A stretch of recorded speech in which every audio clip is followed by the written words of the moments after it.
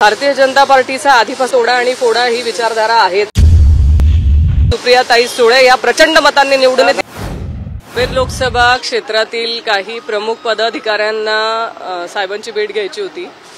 भेट घेण्यासाठी आम्ही सगळी लोक इथे आलेलो होतो। एक आढावा आणि उमेदवार कोण असावा ह्या संदर्भामध्ये चर्चा होती आणि निश्चित पॉझिटिव्हरित्या आमची आजच्या दिवशी चर्चा झालेली आहे। आघाडीवर तुमचं पण नाव आहे त्यामध्ये, तर या अनुषंगाने काही चर्चा किंवा तुम्हाला काही साहेबांनी ग्रीन सिग्नल असे काय दिले? कारण की कमी दिवस राहिलेले आहेत, आता अजूनही जागा वाटप तुमचं झालेलं नाही। उमेदवार कोण असेल हे नेते मंडळी आणि पक्ष ठरवतं। मी आधी सांगितलेलं आहे की मी गेल्या 4.5 वर्ष झाले विधानसभेसाठी तयारी करते, पण रावेर लोकसभेचा उमेदवार कोण असेल आणि कोण त्या संदर्भामध्ये नेतृत्व करेल ह्याचा निर्णय हे पक्षश्रेष्ठी घेतील आणि आदरणीय प्रांत अध्यक्ष जयंत पाटील साहेब या बाबतीमध्ये नक्कीच थोड्या दिवसांमध्ये आमची उमेदवारी देखील जाहीर करतील। तयारी आहे राज्यात जायचं का दिल्लीत जायचं?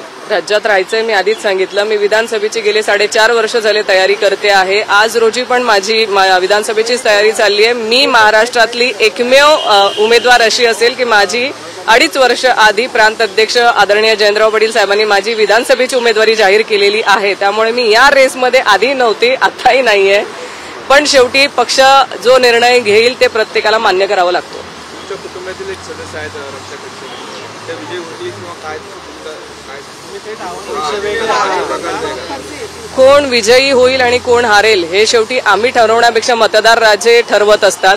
हा मतदारांना कोणत्या विचारधारेवरती मतदान करायचं हे मतदार ठरवणार आहेत आणि मला असं वाटतं आता सगळ्यांना ह्या निर्णयाची उत्सुकता आहेच आणि शेवटी मतदारांना आजची परिस्थिती बघता भारतीय जनता पार्टीकडे त्यांचा कौल आहे का महाविकास आघाडीकडे कौल आहे हे मतदारच ठरवतील। महाविकास आघाडी देण्यासाठी कोण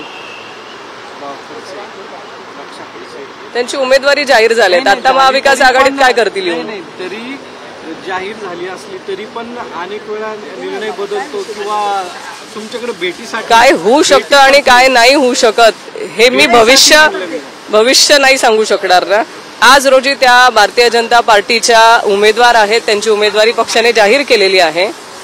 आम्ही महाविकास आघाडी म्हणून आमचा कोण उमेदवार असावा यासाठी आम्ही आज पवार साहेबांची भेट घ्यायला आलो। पण भेटीसाठी ते तुमच्याकडे येणार का, म्हणजे आल्यात का किंवा येतील असं वाटतं तुम्हाला? प्रचाराच्या दरम्यान तुमच्याकडे येतील का? एक मतदारांची भेट घेण्यासाठी असं येतील असं वाटतं? त्याचं उत्तर त्या देऊ शकतील। त्या येतील की नाही हे मी कसं सांगणार? तुमची बैठका होत आहेत, अजित पवार असतील, एकनाथ शिंदे, त्याचबरोबर देवेंद्र फडणवीसांना सातत्यानं दिल्लीमध्ये जावं लागतंय। महायुतीमध्ये ताळमेळ नाही, जागा वाटपासाठी सुद्धा दिल्लीत जावं लागतं किंवा चर्चा करायला दिल्लीत जावं लागतं। जे चित्र दिसतंय आज महाराष्ट्राला ते तसंच आहे की त्यांच्याकडे महायुतीमध्ये प्रचंड अशी तारांबळ उडताना दिसतंय।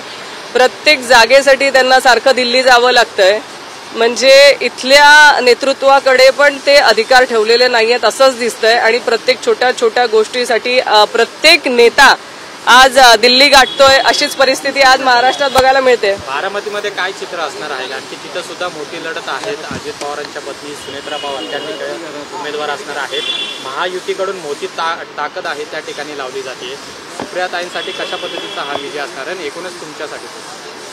गेले अनेक वर्ष आदरणीय पवार साहेबांनी बारामतीमध्ये काम केलेलं आहे। आज बारामती मधील जे काही सगळी लोक आहेत ती आदरणीय शरदचंद्रजी पवार साहेबांच्या नेतृत्वावरती विश्वास ठेवून आदरणीय सुप्रियाताई सुळे देखील तिकडे निवडून आलेल्या आहेत आणि फक्त निवडून नाही तर त्यांनी त्यांच्या कर्तृत्वाने हे सिद्ध केलेत की त्या संसद रत्न पुरस्काराच्या देखील मानकरी ठरल्यात आणि आम्हाला अभिमान आहे की एक महिला नेतृत्व ज्या संपूर्ण भारतामध्ये त्यांनी नाव मिळवलंय, त्यांच्या कर्तृत्वाने मिळवलंय आणि आज देखील त्या ज्या धडाडीने तळागाळापर्यंत लोकांच्या संपर्कात आहेत त्या संपर्काचा त्यांना नक्की फायदा होणार आहे आणि आमचा महाविकास आघाडीच्या उमेदवार म्हणून आदरणीय सुप्रियाताई सुळे या प्रचंड मतांनी निवडून येतील आम्हाला प्रत्येकाला विश्वास आहे। भाजपनं सुनेत्रा पवारांना उमेदवारी द्यायचं असं ठरवलं असं दिसतंय। दुसरीकडे तुमच्या घरामध्येच उमेदवारी देण्यात आलेली आहे, म्हणजे जाणून बुजून 2 मतदारसंघांमध्ये राष्ट्रवादी काँग्रेस शरद पवारांना गटाला रोखण्यासाठी घरातच उमेदवारी दिली गेली असं तुम्हाला वाटतं? भारतीय जनता पार्टीचा आधीपासून जर तुम्ही बघितलं तर तोडा आणि फोडा ही विचारधारा आहेच। त्यांनी प्रत्येकामध्ये आताही तुम्ही बघितलं असेल तर पारिवारिक पक्षामध्ये वाद लावण्याचं काम त्यांनी केलंच आहे. पहिले शिवसेना फोडली, नंतर आमची राष्ट्रवादी काँग्रेस पक्ष फोडलाय. त्याच्यामुळे तोडा आणि फोडा आणि राज्य करा ही संकल्पना त्यांची आजही दिसतेच आहे. पण मतदार राजे हुशार आहेत, त्यांना प्रत्येकाला याची जाण आहे की आज रोजी जे महाराष्ट्रामध्ये राजकारण चाललंय ते लोकशाहीला किती घातक आहे हे त्यांना माहिती आहे. त्याच्यामुळे लोकशाही टिकवायची असेल तर महाविकास आघाडीच्या पाठीशी सगळे मतदार लोक उभे राहतील आम्हाला विश्वास आहे. रावेर मतदारसंघात विकास झालाय का? अनेक चर्चा आता सुरू आहेत, खासदार बऱ्याच वेळा फिरल्या नाही, काय वाटतं तुम्हाला? मला असं वाटतं तुम्ही तिथे येऊन हा इंटरव्ह्यू घेतला आणि जे उमेदवार आहेत त्यांच्याकडे तुम्ही इंटरव्ह्यू घेतला तर चांगलं होईल ना. पण तुम्ही मतदार तिथल्या, तर तुम्हाला झालाय का विकास करत रावेर मतदारसंघात? खासदार फिरले का? हे बघा, आता मी निगेटिव्ह सांगितलं तरी तुम्ही हे करणार, पॉझिटिव्ह सांगितलं तरी तुम्ही मी बोलण्यापेक्षा तिथे येऊन तुम्ही मतदारांना विचारलं तर ते तुम्हाला नक्की त्याचं उत्तर देऊ शकतील की तिथे विकास झालाय, कोणाचं समाधान आहे किंवा कोणाचं समाधान नाही. मतदार म्हणून तुम्ही काय सांगा? मतदार म्हणून मला काय करायचंय ते तर मी मतपेटीतून आमचं दिसेलच की. मी सांगते ना, पण मी तुम्हाला सांगणार आहे. तुम्ही माझ्या मतदारसंघात या, मग मी तुम्हाला तिथे प्रॅक्टिकली दाखवेल जे काय बोलायचं. एकनाथ खडसे जे आहेत माझ्या मतदारसंघात आल्यावर नक्की सांगेल.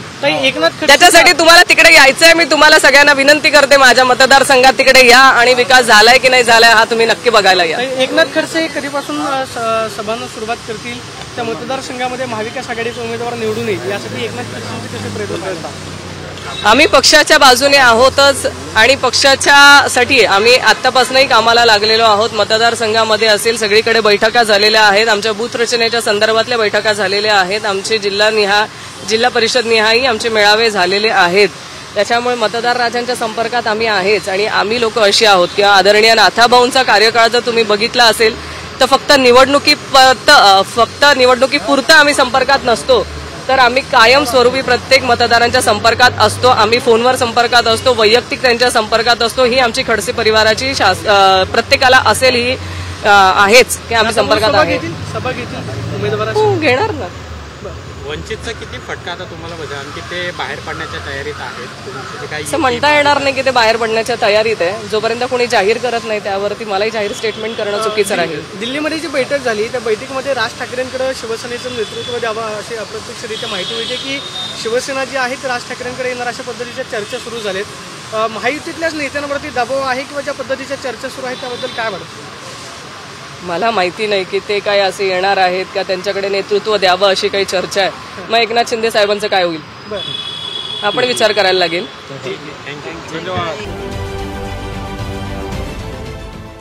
देश विदेशातील प्रत्येक घडामोडींचे लाईव्ह अपडेट मिळवण्यासाठी आता साम टीव्हीच्या सर्व सोशल मीडिया प्लॅटफॉर्मला लाईक, फॉलो आणि सबस्क्राईब करा. तसंच सर्व नोटिफिकेशनसाठी बेल आयकॉन प्रेस करायला विसरू नका.